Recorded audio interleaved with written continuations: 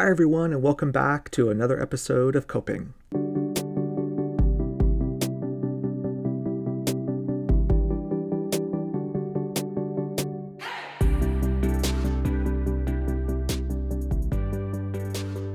So, in past episodes, we've explored three different parts of ourselves: the exiles, the managers, and the firefighters.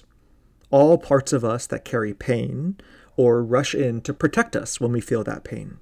For this last episode in this series, we are ending with the discussion of the core self. Yes, this is such an important discussion of the core self.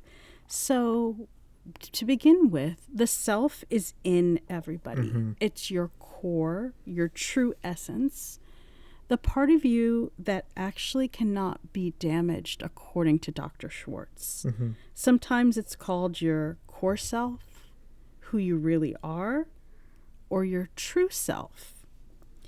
Unlike the parts we've talked about before, the self does not even need to develop. It's always there, and it has its own wisdom about how to heal both internal and external relationships. Such an important reminder, and I think goes against some of our beliefs about ourselves and the messages we send ourselves about being imperfect and not having that internal wisdom to heal relationships and the pains that we have. But as we dig deeper into IFS wisdom, we see that the self is described through 8 C's. That is curiosity, compassion, calm, clarity, courage, confidence, creativity, and connectedness. Yes. And so one of the things to know about the core self, I love all these attributes because it helps point us back to what our core selves look like, is that the goal in internal family systems is to begin operating more out of your core self instead of allowing the other parts to make decisions and live your life. And I think that now makes sense as we've talked about all of the different ones. So let's look at these characteristics. The first one is curiosity. So if we think about when we are young children, that's a core attribute, being curious about the world, about learning new things, about having experiences. And then as we get older, curiosity tends to be overridden by fear and anxiety. And so staying curious and open-minded is one of our core attributes of ourselves that actually does not change. And the next one is compassion. That is kindness to yourself, and especially to your own hurt and your sadness. And so from a place of self-compassion, we offer compassion to others who are experiencing pain and difficulty and loss, those strong emotions that are experienced in our shared humanity. Yes. And the third C is calm. This is feeling centered and peaceful, even when things are hard. This is the state that we're always desiring to return to. But it's important to keep in mind that in the core self, calm already exists in our core selves. I believe the work that we're doing is to access that. And just a mention of our world today, gosh, it's hard to stay calm when we have news stories that are designed to trigger us because the algorithm knows that if we get upset, we're more likely to engage and to click and to share. And it's hard to be calm. I think that ties us nicely into our next C, which is just as difficult in our world today: clarity. Knowing who you are and what you want. Our lives get so muddied with competing desires and the pull of the demands that are on us. But staying grounded, especially when there's so much uncertainty around us, is this important attribute as part of core self. Having clarity about who you are, knowing that internally, no matter what other people say about you, and having clarity about what it is that you want and the direction of your life. Yes. And as we explore the fifth C is courage. Mm. And we define courage, obviously, as facing our fears and exploring our feelings bravely. Mm. And I think in this day and age, as we've talked about the upheaval, the chaos, everything going on in the external world, it sometimes seems impossible to summon up courage. But again, if we return to the inner children, those children were fearless and didn't have all of the fears surrounding taking risks and exploring new things, much like curiosity.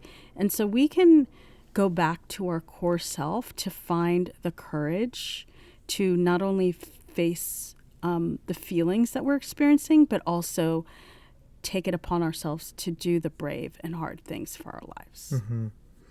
Absolutely. And that dovetails nicely into our next C word, confidence.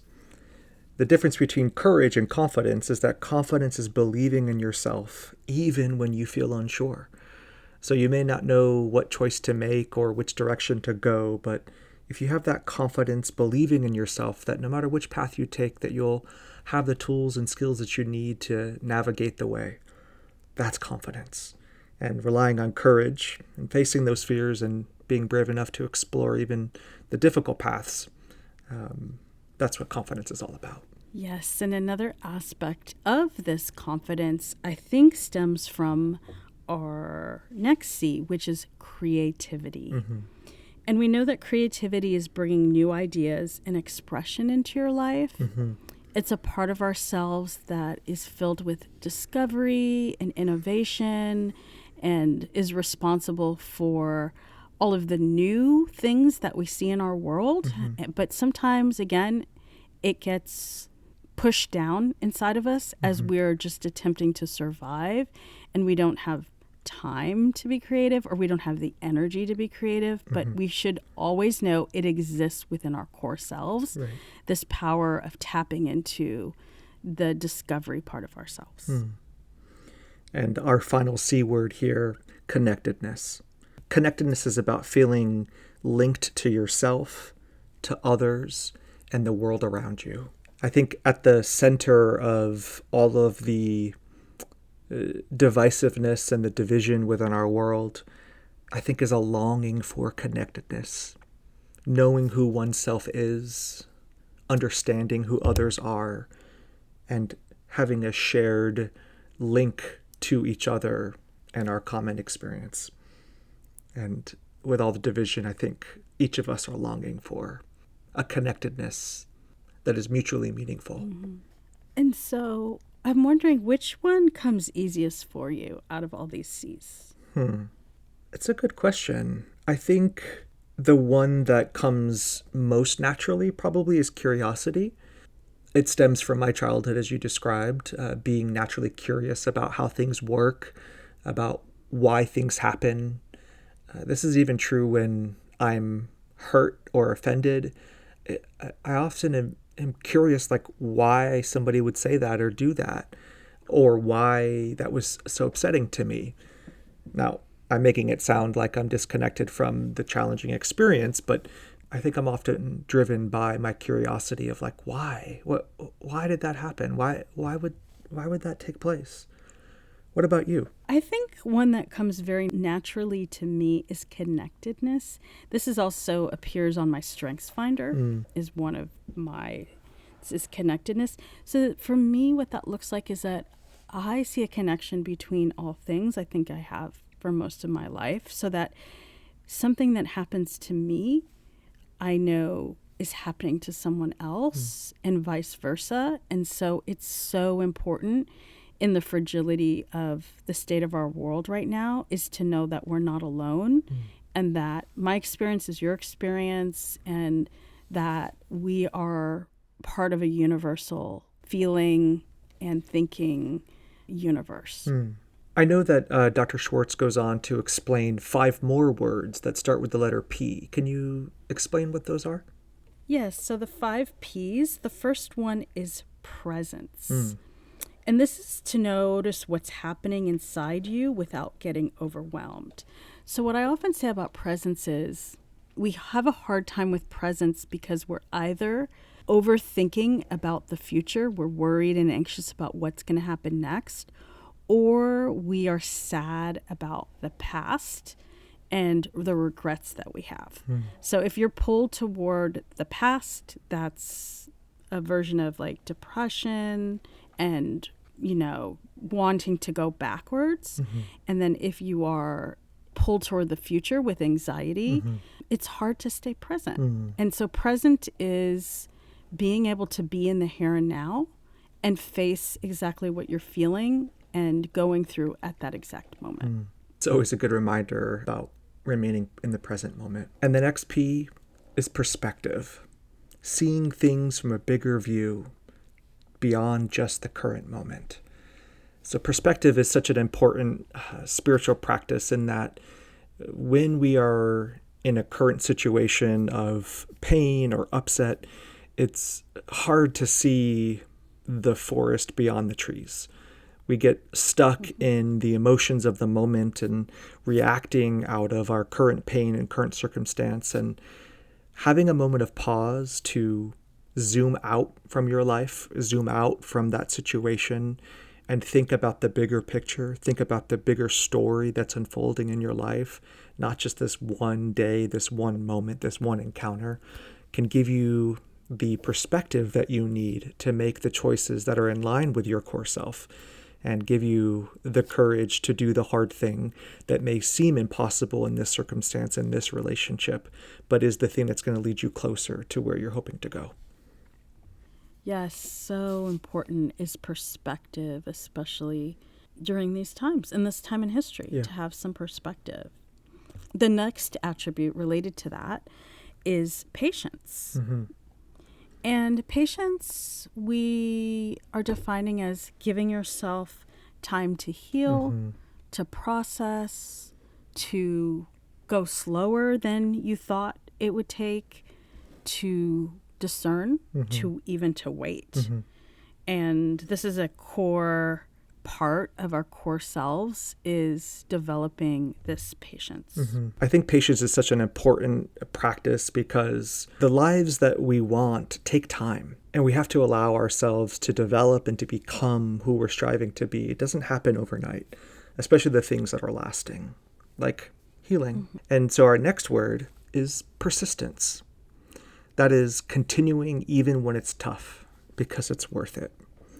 Persistence is one that can be hard when we feel stuck in our lives, when we feel overwhelmed by the amount of pain that we are uncovering about ourselves, when we find ourselves in situations, relationships, jobs that feel like they're holding us back. This may be the time in which persistence may look like reaching out for help, initiating a therapeutic relationship, or asking a friend to go to coffee to talk and process some things that are going on in your life. Yes, and it seems to me that the first 4 Ps can be challenging, to say the least. Having presence, perspective, patience, and persistence. That's why I really like that he added the 5th P, which is playfulness. This is bringing lightness and joy into exploring yourself. It goes back into the inner child's curiosity, creativity, just knowing that life has its ebbs and flows and we need to enjoy it. We need to infuse humor and find the joy in the midst of the darkness. And so, to sum it all up, the self reminds us we are not broken.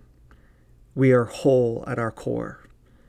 By connecting with these 3 C's, these 5 P's, we can approach our internal system with care, curiosity, and courage. And we can begin to create more harmony both inside ourselves and in our relationship with others. This was such an important discussion on ourself. And to end our time, I'll be reading an IFS meditation called Breathing with the Self.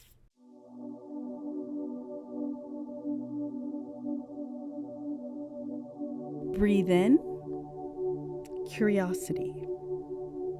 Notice the world, notice yourself, without judgment, without rush. Breathe out, compassion, kindness flowing to the corners of your heart, to the parts that ache, to the parts that wonder. Calm settles softly like a gentle wave over still water. Clarity opens your mind, showing the path ahead, one step at a time. Courage rises softly, a quiet flame in the chest. Confidence whispers, "You are enough, exactly as you are." Creativity stirs, a spark of new ideas, a rhythm of expression.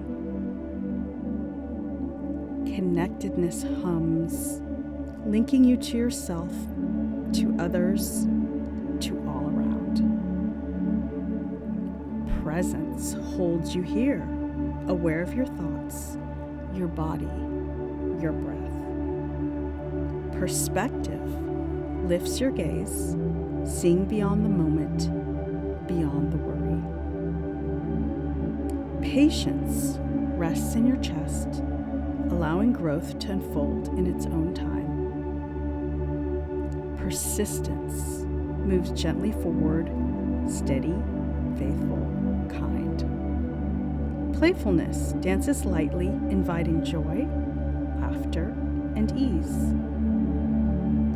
All these qualities live in you, always, already, waiting. Breathe with them. Let them guide you back to yourself.